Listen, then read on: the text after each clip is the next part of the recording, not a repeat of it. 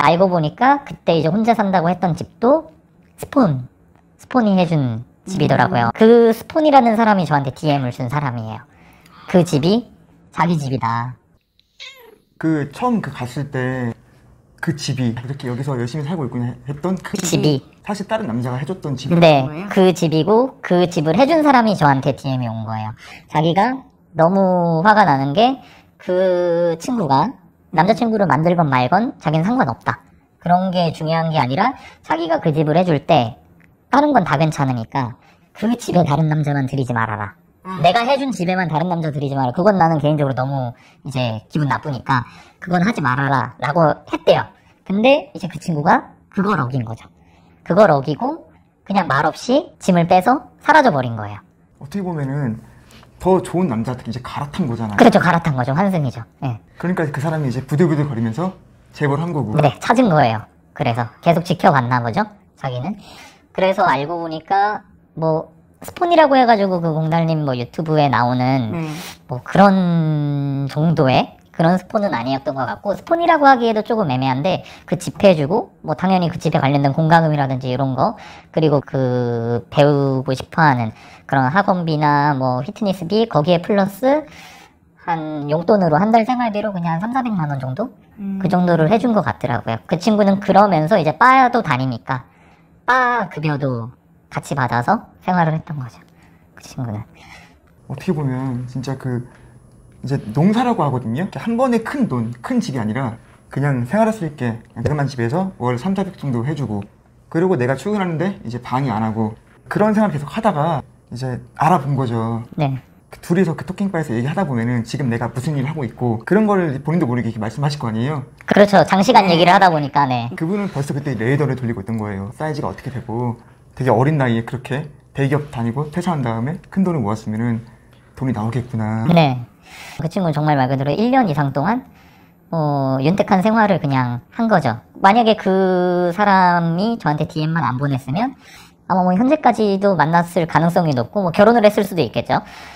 근데 제가 그 친구 때문에 집도 이사를 했어요. 왜냐면은 제가 혼자 살던 집이 혼자 사니까 넓은 집이 필요 없어서 한 17평 정도 되는 방 2개짜리였거든요. 방 2개, 화장실 하나 있는 혼자 살던 집이 있었는데, 이 친구가 또 옷이 엄청 많은 거예요. 옷도 있고 짐이 있다 보니까 이 친구가 여기로 들어오게 되니까 와, 이 집에서는 이제 감당이 안 되는 거예요. 그게 신기한 게 남자 혼자랑 여자 혼자는 정말 짐이 양이 다르거든요. 달라요. 네. 여자들은 진짜 짐이 많고 맞아요. 정말 많고. 맞아요. 화장품이다 뭐다. 그 친구가 들어오면서부터 드레스룸이 일단 턱도 없이 모자라서 집도 알아봐서 집도 이제 30평대로 옮기면서 거기에 또 이제 그런 게 다 지출이죠. 그렇게 옮겼고, 제가 지금까지 알던 공사랑은 너무 좀 달랐던 것 같아요. 저한테 뭔가를 직접적으로 요구하지 않았으니까. 그 친구가 뭐 20살 때부터 제가 이제 취조를 했어요. 이제 끝내기로 마음을 먹고 그거를 다 까고 이게 어떻게 된 건지 설명을 해봐라라고 했더니 그냥 그거에는 또 거짓말을 안 하고 슬슬슬 다 얘기를 하더라고요.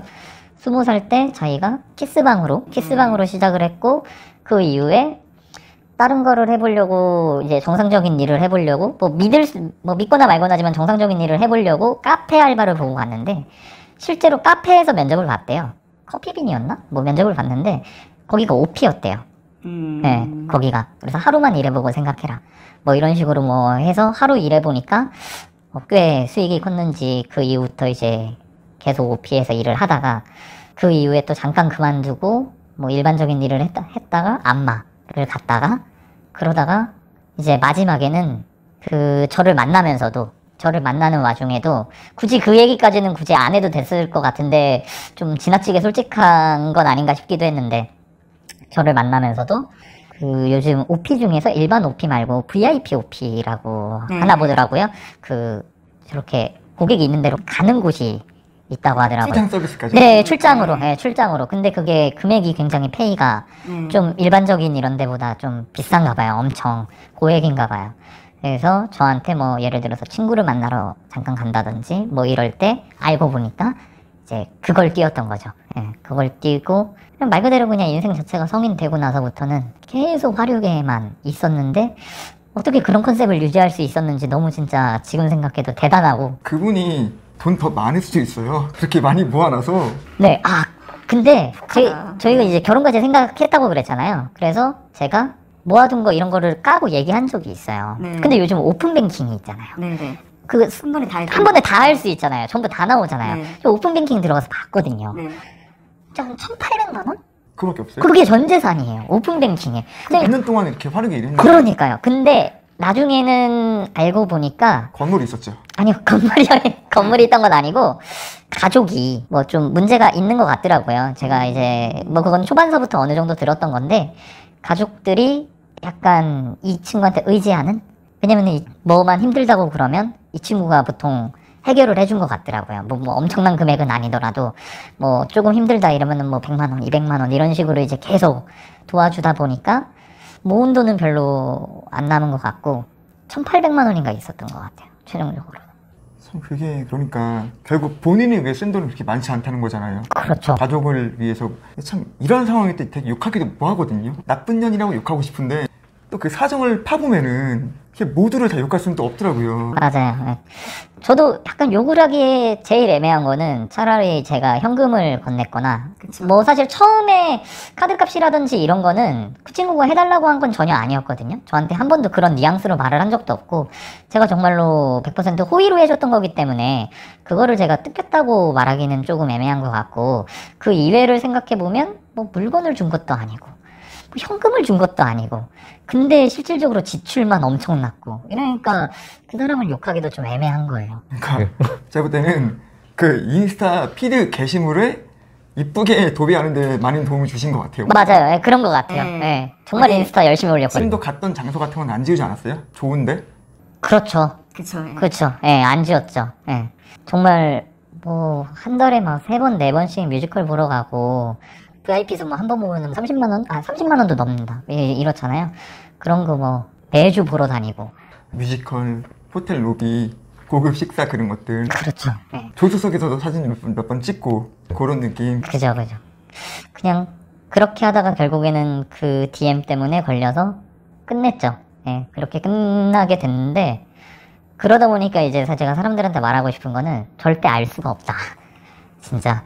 물론 뭐 기본적인 구별법은 있겠지만 정말 새로운 컨셉 처음 들어보는 이런 게 있어서 요새는 정말 옛날에는 우리가 이렇게 모르고 당했잖아요. 그렇죠. 근데 지금은 알고도 당하는 것 같아요. 맞아요. 이게 내가 아는데도 그 아가씨 선수는 더 발전하는 거예요. 네. 일반인보다 더 힘들어 보이게, 더 성실해 보이게. 그러면 사람이 그 동정심이 생기거든요. 도와주고 내가 싶잖아요. 가진 게 있으니까. 맞아요. 내가 가진 건 돈이랑 시간이고 이 친구가 필요한 건 돈이랑 어떤 자기 발전이잖아요. 네. 그걸 도와주고 싶은 그 감정.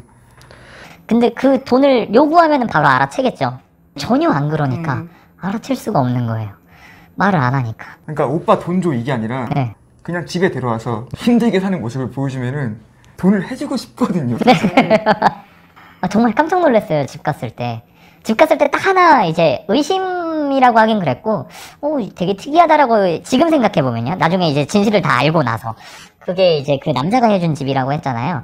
한 일주일에 한 2번 정도 그 남자가 왔다 갔다 했다고 그러더라고요. 미리 뭐 연락하고 오고 그랬다고 하는데 이 친구가 보면은 이 스마트폰이나 이런 거 다루는 것도 굉장히 좀 기계치예요.